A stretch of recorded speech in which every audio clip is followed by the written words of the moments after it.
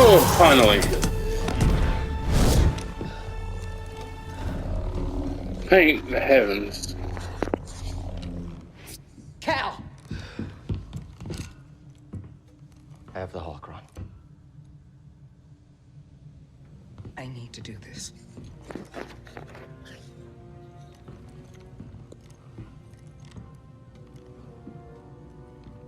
It's over, Trilla.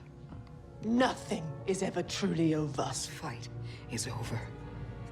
I know the darkness that is eating you up inside, and every day we choose to either feed it or fight it. It's too late, Sarah.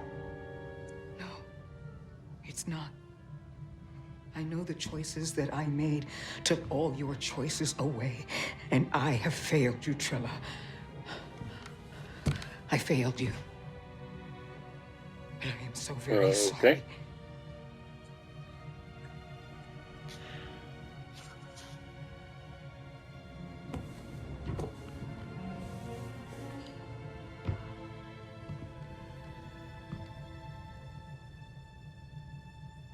I've carried so much hate for you.